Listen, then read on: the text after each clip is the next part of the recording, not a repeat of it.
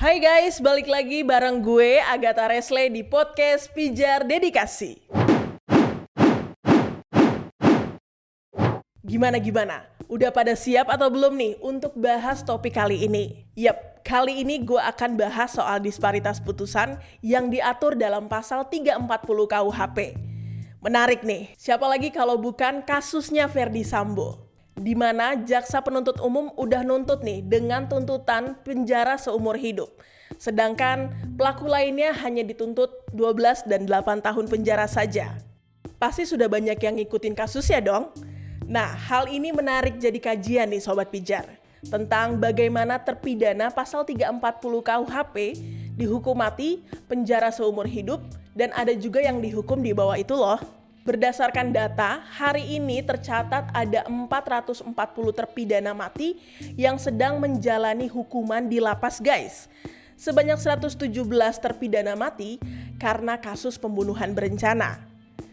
Dari 117 kasus ini, ada satu kasus yang mirip tapi nggak sama persis ya dengan kasus Ferdy Sambo nih. Sama di sini diartikan ada orang yang menyuruh melakukan dan ada juga yang memberi bantuan dan turut serta dalam rencana pembunuhan berencana. Ada aparat dan ada sipil, ada juga korban sipil dan aparat yang terbunuh karena tembakan lebih dari satu kali dan ada senjata api yang digunakan juga guys. Misalnya dalam kasus pembunuhan berencana Direktur PT Aneka Sakti Bakti atau biasa dikenal dengan PT Asaba di tahun 2003. Otak pelaku dalam kasus ini yaitu Gunawan Santoso yang tidak lain adalah mantan menantu dari Direktur PT Asaba tersebut. Pidana yang dijatuhkan baik orang yang menyuruh dan ikut melakukan sama-sama dihukum mati nih. Otak pelaku dalam kasus ini, Gunawan Santoso, tidak menjadi eksekutor ya guys, tapi tetap dihukum mati nih dan sudah inkrah pada 24 Juni 2004. Namun sampai saat ini Gunawan Santoso belum juga dieksekusi mati loh. Kabar terakhir, ia masih ditahan di lapas Nusa Kambangan guys. Ada juga kasus pembunuhan berencana yang melibatkan aparat penegak hukum nih guys. Tapi dalam kasus ini pelaku penembakannya adalah orang sipil. Sobat Pijar tentu belum melupakan dengan kasus penembakan Nasruddin yang dulu adalah Direktur PT Putra Raja Wali Banjaran. Terpidana dalam kasus ini dikutip dari Kompas.com, di mana Antasari Azhar yang divonis hukuman 18 tahun penjara. Nah, Kombes Pol Williardi Wizar dan Jerry Kusuma berperan sebagai penghubung masing-masing dijatuhi hukuman 12 tahun penjara dan 5 tahun penjara. Lanjut, Sigit dijatuhi hukuman 15 tahun penjara. Beberapa eksekutor lapangan bernama Daniel Daensabon dan Heri Santoso alias Bagong sebagai pengendara masing-masing dijatuhi hukuman 18 tahun penjara dan 17 tahun penjara. Selebihnya ada Hendrikus Kiawalen alias Hendrik, Franciscus alias Amsi, Eduardos Ndopo BT alias Edo yang juga berperan sebagai eksekutor lapangan dihukum 17 tahun penjara. Menarik nih guys, meskipun terbukti melakukan pembunuhan berencana, semuanya dihukum di bawah 20 tahun penjara guys. Dari penjelasan kasus tadi bisa dilihat nih bahwa adanya disparitas. Meskipun masing-masing dikenakan pasal 340 KUHP, tapi tuntutan dan hukumannya juga bisa berbeda-beda loh. Nah, berbeda dengan pelaksanaan hukuman untuk kasus pembunuhan di Amerika Serikat. Mereka sudah memiliki pedomannya sendiri loh Sobat Pijar.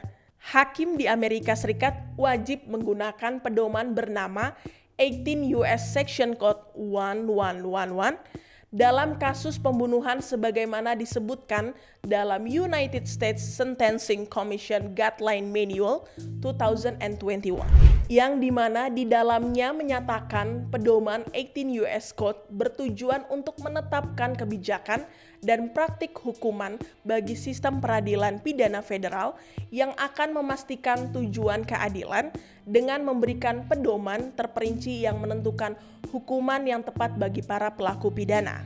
Di Amerika, pembunuhan berencana dikategorikan sebagai first degree murder atau pembunuhan tingkat pertama. Diatur dalam 18 US Code Section Code 1111, pelaku pembunuhan tingkat pertama ini udah fix nih bakal dapat salah satu dari opsi hukuman, yaitu hukuman penjara seumur hidup atau hukuman mati. Terus kalau pembunuhan berencana di Amerika Serikat terbukti secara sengaja memenuhi unsur 18 US Section Code 3591, yaitu 1. Membunuh korbannya, 2. Menyebabkan luka berat hingga korban meninggal dunia, 3.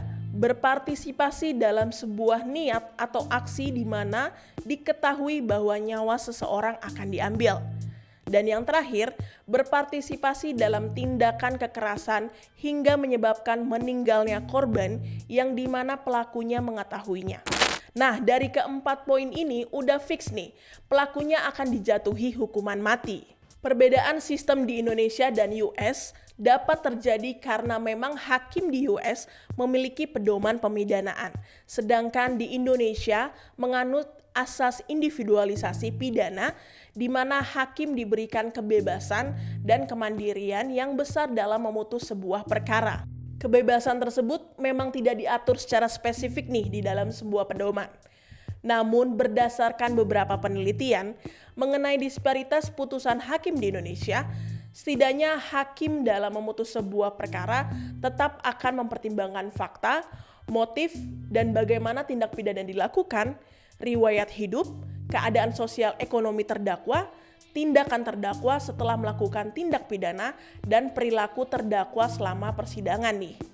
Indikator-indikator tadi sifatnya tidak tertulis dalam sebuah pedoman nih Sobat Pijar. Jadi wajar meski hakim mempertimbangkan hal tadi, tetapi dalam menjatuhkan pidana, hakim tidak wajib nih mengikuti lamanya pidana yang ada dalam jurisprudensi sebelumnya.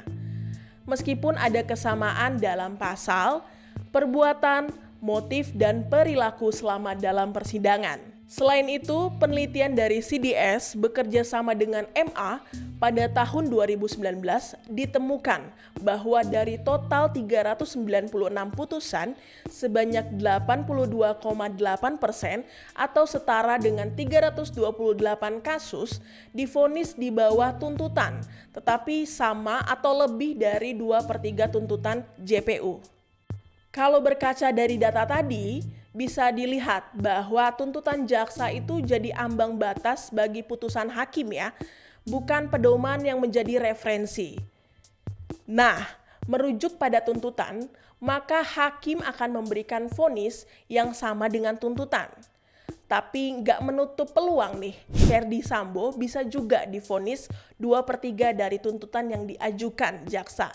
Dalam penelitian ini, dijelaskan kecil kemungkinan hakim memutus lebih dari tuntutan.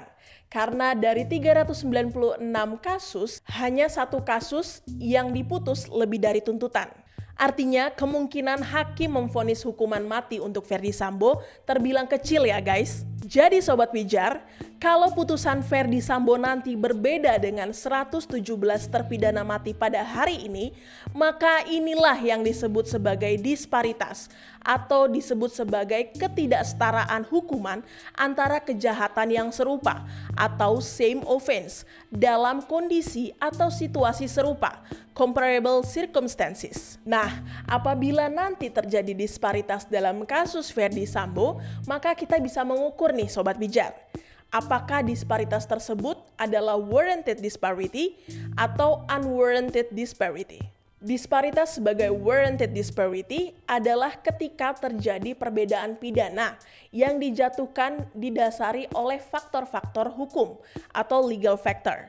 Misalnya level kesalahan dan kerugian yang berbeda.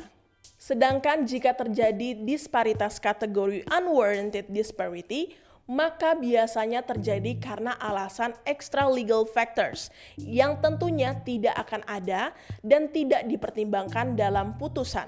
Misalnya soal kelas, ras, dan gender nih.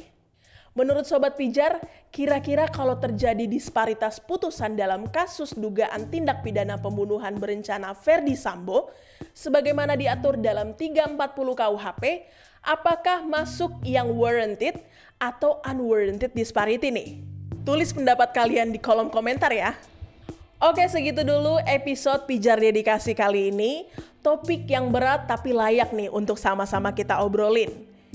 Jangan lupa buat like, komen, dan subscribe biar tetap terhubung dengan kami ya.